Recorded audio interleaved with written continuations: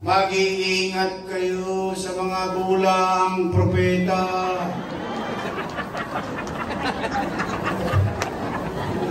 Patay tayo dyan.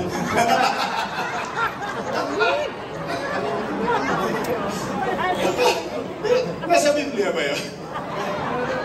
Kaya nakakatakot ang pastor pag tumatakbong congressman.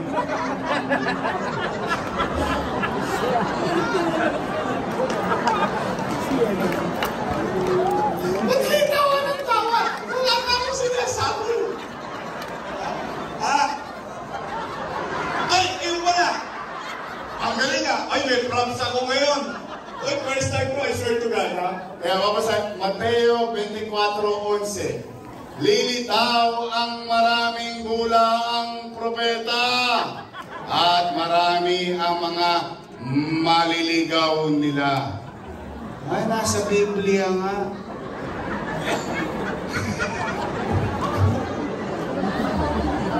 Ay, huwag ko ibubugin. Hindi kasi ako, sabi ko nga sa inyo, hindi naman ako religyoso. Takot ako kay Jesus. Takot ako kay Mama Mary. Kaya, okay naman gamitin natin ng Diyos to inspire. Pero gagamitin natin ng Diyos para sa politika, delikado po yan. Kasi, alam mo naman, may kilala akong bisya, may kilala akong pastor.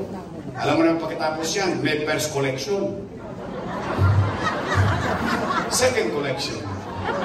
Third collection. Ano sasabihin ng pastor? O anong bulang propeta? Ito, alay natin sa langit. Ibabato natin mataas. Lahat ng babagsak, akin. Bubos ang lupa sa Santa Ana. Hoy, mag-ingat kayo. Sagot kayo na sagot. Baka politiko din kayo. Yung politiko, pangako na pangako, puro pako. Ngayon, taong bayan na nangangako. Sigurado kayo? Promise? Uy, mga taga-sais, pagtapos ng eleksyon, sisingilin ko kayo. Bibili ako ng dividendaso. Titingnan ko yan kung may prueba ba kayo.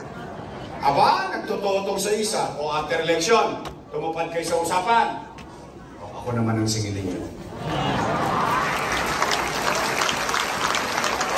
Pwede? Doc Mercado! Christian Loyoy! Aloy Walter Casanyena! Josial Elmer Joel Park! Josial Kit Marasigan! At ang kasing edad nyo.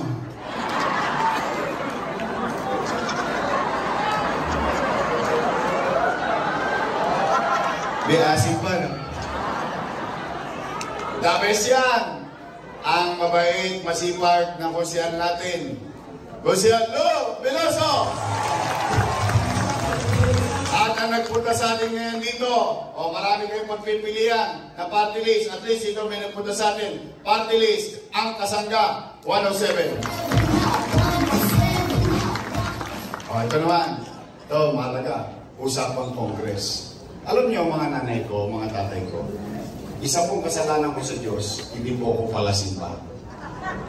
Kasalanan yun, alam naman natin. Katoliko ko hindi man ako nagsisimba, pero lagi ako nagdarasal. Kasi sinabi ng nanay ko nung araw sa akin, ang Diyos pwede mo makausap kahit anong oras, kahit nasa ka. Pasalamat, humingi ng tawad, at gabay. Pero, meron ako isang naalala. Hindi ko lang alam kung sino ang relihiyoso sa inyo dito. Meron ako isang naalala, sinasabi, na mga matatanda, at sabi daw yung nasa Biblia ito, mag-iingat kayo sa mga bulang propeta.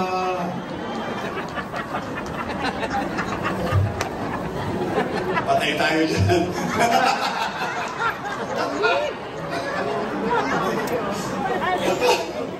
Nasa Biblia ba yun? Kaya nakakatakot ang pastor pag tumatakbong congressman.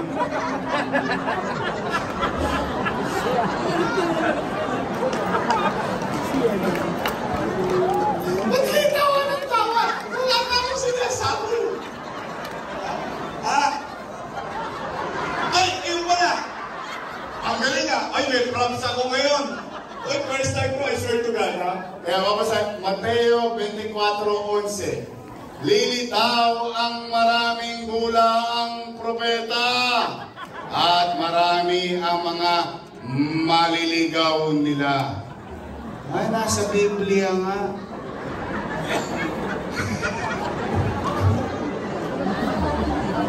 Ay, huwag ko ibubugin. Hindi kasi ako, sabi ko nga sa inyo, hindi naman ako religyoso. Takot ako kay Jesus. Takot ako kay Mama Mary. Kaya, okay naman gamitin natin ng Diyos to inspire. Pero gagamitin natin ng Diyos para sa politika, delikado po yan. Eh kasi, alam mo naman, may kilala akong bisya, may kilala akong pastor. Alam mo naman pagkatapos yan, may first collection. Second collection.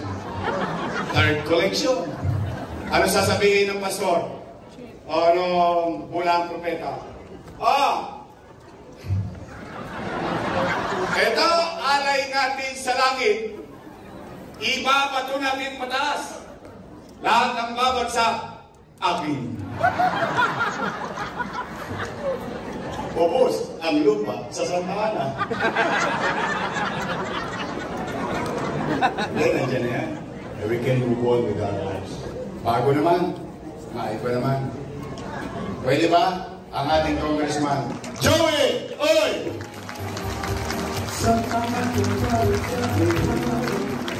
Oh, scary, no? Oo, ayaw ko kayong pangunahan. Ayaw ko lang naman pagliwanagin ng inyong isipan. Ang akin naman vice mayor ay may asim pa. Mukha lang po siyang 19. Naintindihan nyo na yun. Naka-40 sa po yan. Hindi na po yan dalaga. Dalang-dala na. Ang magaling nating naging vice mayor na si Lito Atienza at naging mayor na rin.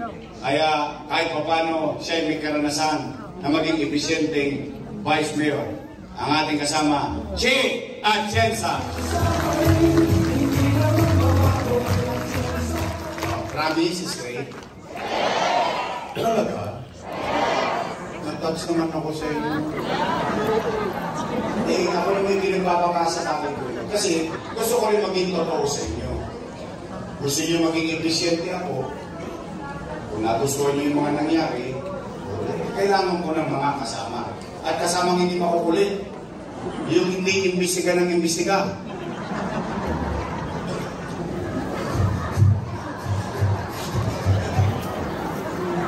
Ang dami nakaka-relate sa inyo. Updated na. O sige, ganito na lang.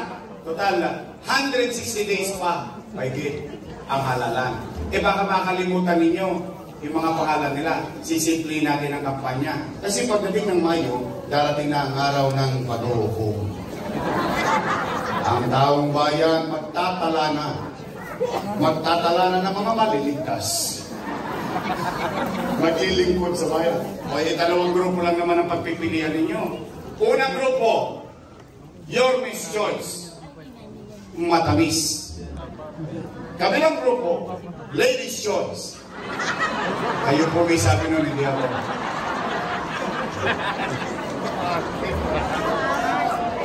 Siyempre, pagdali ng mga araw na pag-uukom, mga kandidato nag-iikutan na yan.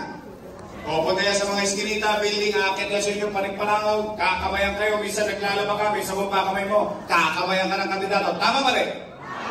Pagdating ng kandidato sa harapan ninyo, tanongin ninyo, no, kani? Kanino? Pag sinabi, doon sa kapila, igalang nyo naman. Kasi kandidato lang naman. Tao din naman. Kaya sabihin ninyo, o sige, utoy. Ay, marami ka pang pwede makamayan doon. Juga. Pag may dumadulog sa kandidato, tanongin ninyo, no, kanino? Pag sinabi, your best choice po tayo. Your best choice po 9. Sagutin ninyo, kagad. Mabilis yung tugunan.